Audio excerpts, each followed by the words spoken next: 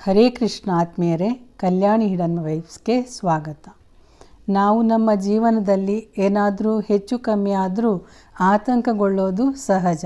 ಅಂಥದ್ರಲ್ಲಿ ಇಡೀ ದೇಶದಲ್ಲಿ ಒಂದು ಯುದ್ಧದ ಸಂದರ್ಭ ಬಂದಿದೆ ಅಂದಾಗ ಭಯ ಆತಂಕ ಬಂದೇ ಬರುತ್ತೆ.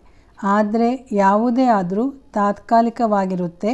ಮೊದಲೆಲ್ಲ ಎಲ್ಲೋ ಯುದ್ಧ, ಉತ್ತರದ ಕಡೆ ಕಾಶ್ಮೀರ, ಶ್ರೀನಗರ ಅಂತ ಬೇರೆ ರಾಜ್ಯದವರು ನಿಶ್ಚಿಂತೆಯಾಗಿರುತ್ತಿದ್ದೆವು.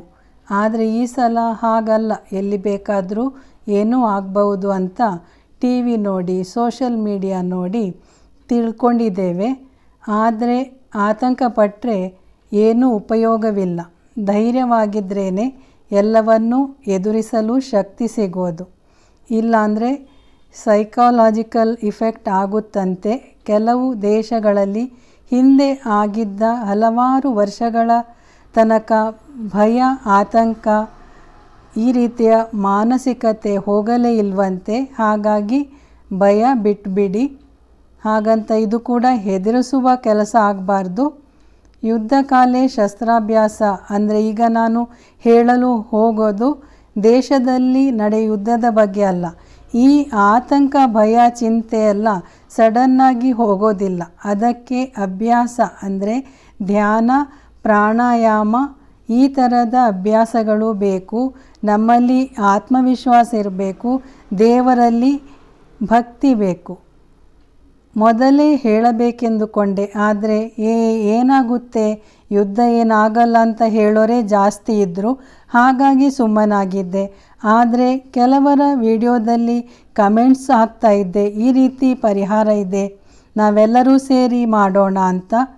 ಮತ್ತು ಕೆಲವರು ಸುಮ್ಮನೆ ಹೆದರಿಸೋದು, ಕೆಲವರು ಸುಮ್ಮನೆ ಹೆದರೋದು, ಎರಡೂ ಥರದ ಪ್ರಜೆಗಳು ಇದ್ದಾರೆ. ಹಾಗಾಗಿ ಹೆದರಿಸೋರಿಗೆ ನಾನು ಏನೂ ಹೇಳೋಕ್ಕೆ ಹೋಗೋದಿಲ್ಲ, ಹೇಳಿದರೂ ಪ್ರಯೋಜನವಿಲ್ಲ. ಅವರಿಗೆ ಹೇಳ್ತೀನಿ, ನೀವು ಅಂಥವ್ರ ಹತ್ರ ಹೋಗಬೇಡಿ. ನಿಮ್ಮ ಹತ್ರನೇ ಬಂದು ಹೇಳಿದ್ರು ಹೆದರಬೇಡಿ. ಅಲ್ಲಿ ಬಾಂಬ್ ಹಾಕ್ತಾರಂತೆ, ಇಲ್ಲಿ ಹಾಕ್ತಾರಂತೆ, ಇನ್ನು ಇಲ್ಲೇ ಯುದ್ಧ ಅಂತೆ, ಅದೆಲ್ಲ ಕೇಳಬೇಡಿ. ಧೈರ್ಯವಾಗಿರಿ. ಧೈರ್ಯಂ ಸರ್ವತ್ರ ಸಾಧನಂ.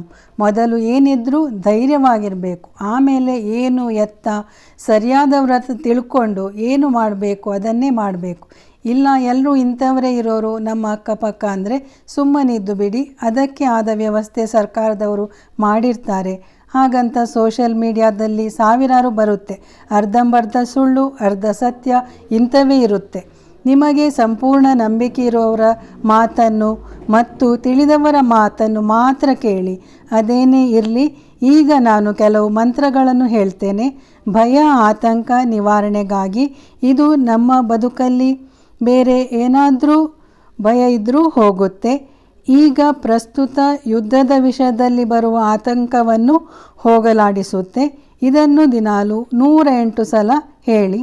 ಮಂತ್ರ ಹೀಗಿದೆ: ಸಹಸ್ರಾರ್ಚಿಃ ಸಪ್ತಜಿಹ್ವಃ ಸಪ್ತೈಧಾಃ ಸಪ್ತವಾಹನಃ ಅಮೂರ್ತಿರನಘೋ ಚಿಂತ್ಯೋ ಭಯಕೃತ್ ಭಯನಾಶನಃ. ಈ ಮಂತ್ರವನ್ನು ದಿನಾಲು 108 ಸಲ ಹೇಳಬೇಕು. ಇದಾದ ನಂತರ ಇನ್ನೊಂದು ಮಂತ್ರ ನಮ್ಮ ದೇಶದ ರಕ್ಷಣೆಗೆ ಯಾವಾಗಲೂ ಎಲ್ಲರೂ ಹೇಳಿಕೊಳ್ಳಿ.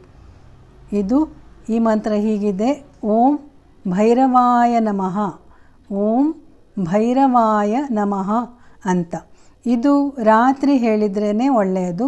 ದೇಶಭಕ್ತರು 1008ರಿಂದ ದಿನಾಲು 20,000ವರೆಗೆ ಹೇಳ್ಬೋದು. ಮತ್ತು ಬೆಳಿಗ್ಗೆ ಆದಿತ್ಯ ಹೃದಯ ಸ್ತೋತ್ರ 21 ಸಲ ಹೇಳಬೇಕು. ಕನಿಷ್ಠ ಒಂದೇ ಒಂದು ಸಲ ಆದರೂ ಹೇಳಿ. ನಮ್ಮ ಚಾನಲ್ನಲ್ಲಿ ಇದೆ, ಕೇಳಿ ಕಲ್ತ್ಕೊಂಡ್ರೂ ಆಗ್ಬೋದು. ಈಗ ಕೆಲವು ವರ್ಷಗಳಿಂದ ನ್ಯಾಯ ಬೇಕು ಅಂತ ಹೋರಾಟ ಮಾಡುವವರು ಕೂಡ ಇದನ್ನು ಹೇಳ್ಬೋದು.